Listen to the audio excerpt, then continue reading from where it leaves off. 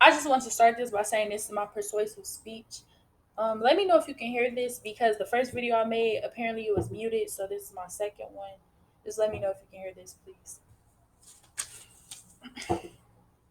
Have you ever heard of the name George Floyd? He was a 44-year-old African American man, and on May 25th, 2020, he lost his life to the law enforcement over a counterfeit $20 bill. This all happened in Minneapolis, Minnesota. Floyd was arrested, and in the process of him being arrested, they tried to restrain him, put him on the ground, and put pressure onto his neck. He continued to tell the police officers, I can't breathe, I can't breathe. They continued to put pressure on his neck until he died. There were many witnesses that seen this, and the news quickly spread. Once the news spread, there were a lot of protests, peaceful protests. And the enforcement who were there to watch those peaceful protests continued to show their true colors. During these protests of Floyd's death, the police used rubber bullets, tear gas, and even pushed and forced their way through crowds.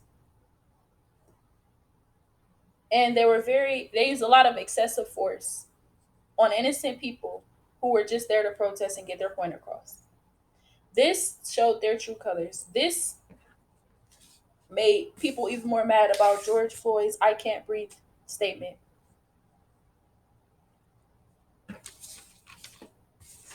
According to John Webley's excessive or reasonable force by police research on law enforcement and racial conflict, he says law enforcement officials were more likely to threaten or use force on black people and Hispanics than white people. Floyd was considered a minority. He was a black man, an African American man. African American and Hispanics are considered minority along with many other people. This is important to me because I am a minority. I am African American and also I am a woman. I am a minority. Although police officers seem to target African American men, there have been cases of African American women also being targeted by police officers. This is also important to me because Floyd could have been my father or my uncle or my brother who are all African American.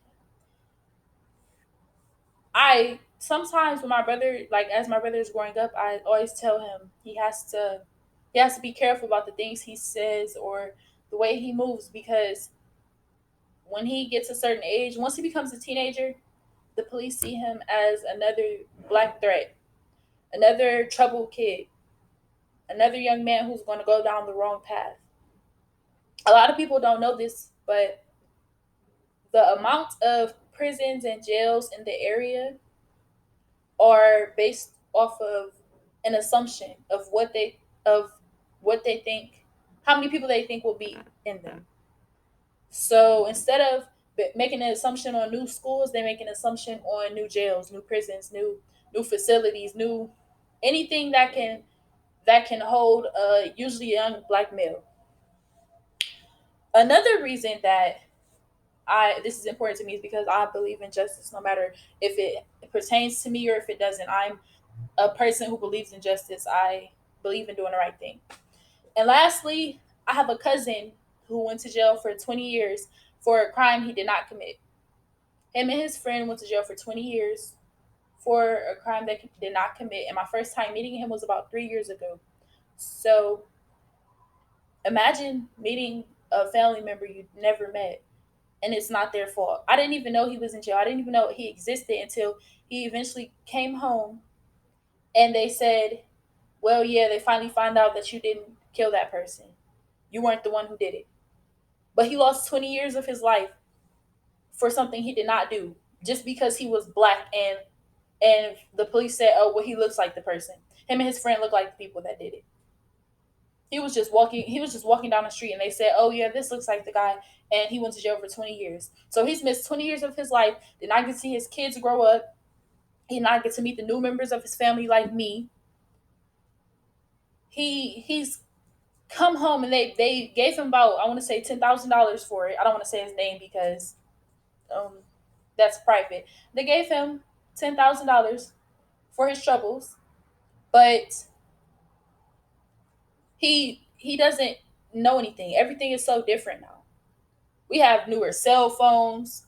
We have so much going on in the world that he never got to live. He had to see it and hear about it through a prison cell, a jail cell. He's never gonna get rid of that life he had when he was locked away. He's never gonna get rid of it. He's scarred for life. Anything that happened while he was locked away, that's going to be with him till the day he dies. So when I think back on Floyd, maybe he didn't go to jail or go to prison for something so small and do a lot of years, but he he's dead over it. You can't bring his life back over the mistake that the police officers made. You cannot bring him back to life. You can't say, "Oh, oops, I'm sorry," and bring him back to life. That's not. It's not possible. You can't do that. So I feel like police officers in general should be more careful and should make it seem as though they care more about African American men's life. There's a rapper out here right now. They call him Meek Mill. There's a documentary on Meek Mill, and it talks about how he's been on probation all of his rap career, almost all his life, over things that he did not do. They said they caught him selling, I believe it was crack cocaine or something. They said they caught him selling that. He said he never sold that a day in his life.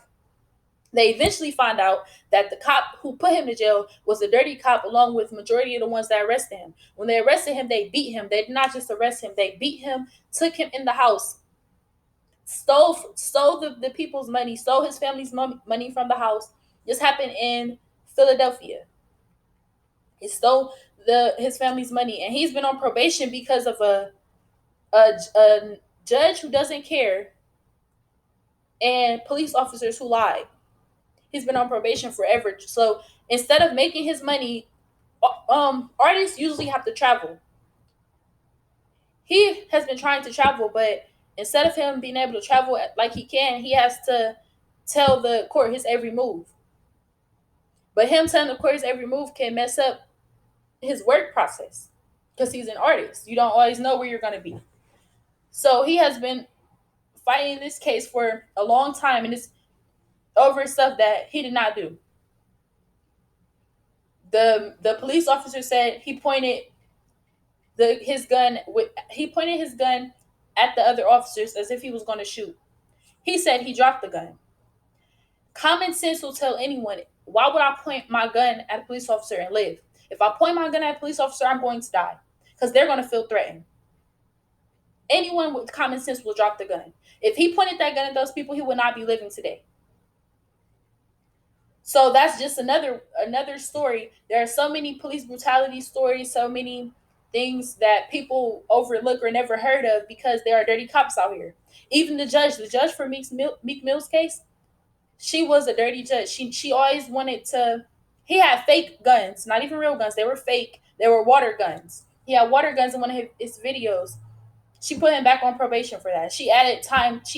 Gave him time for that because she said, well, she believed they were real when there's proof that they were water guns, but she didn't want to hear it.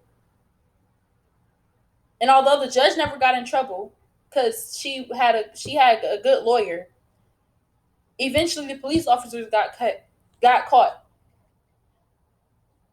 There are so many cases where I believe police officers or just the law in general, law enforcement in general, they have hurt people. They have taken away from people's lives, and they make it seem as though they don't care. They're supposed to be here to protect us, not hurt us. So I feel as though the America in general needs to start working harder to fix that. Whether it's starting a petition, I feel like there needs to be mental health tests for officers, for anyone in law enforcement, to see if they're in their right mind, to see if they make good decisions. Just because they got that degree, if you're a judge, or just because they pass training and they pass training and all of that doesn't mean anything. There needs to be a mental health part of the process before they are given the job.